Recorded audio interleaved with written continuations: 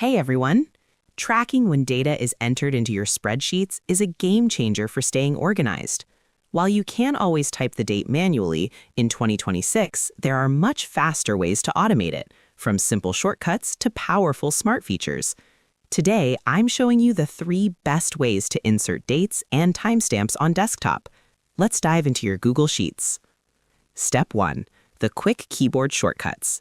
The fastest way to drop a timestamp without any setup is using keyboard shortcuts. To insert the current date, press Ctrl plus semicolon on Windows or Command plus semicolon on Mac. To insert the current time, press Ctrl plus Shift semicolon Windows or Command plus Shift semicolon Mac. If you want both date and time in one cell, press the date shortcut, hit space, and then the time shortcut. These are static, meaning they won't change even if you reopen the sheet tomorrow. Step 2. Use the @ menu, the 2026 way. Google has made Smart Chips the standard for 2026. Simply type the @ symbol in any cell. A menu will pop up, type date or today, and you can select the current date chip. This is great because it also gives you a built-in calendar picker if you need to adjust the date later.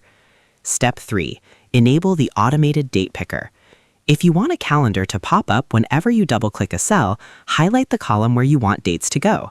Go to Data, Data Validation, and click Add Rule. Under Criteria, select Is Valid Date.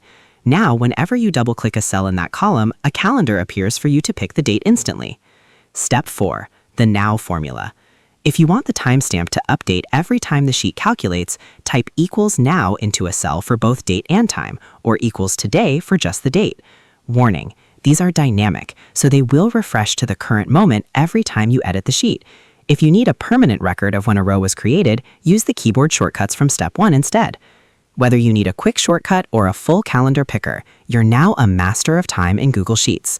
I hope this helped you out, and I'll see you in the next one.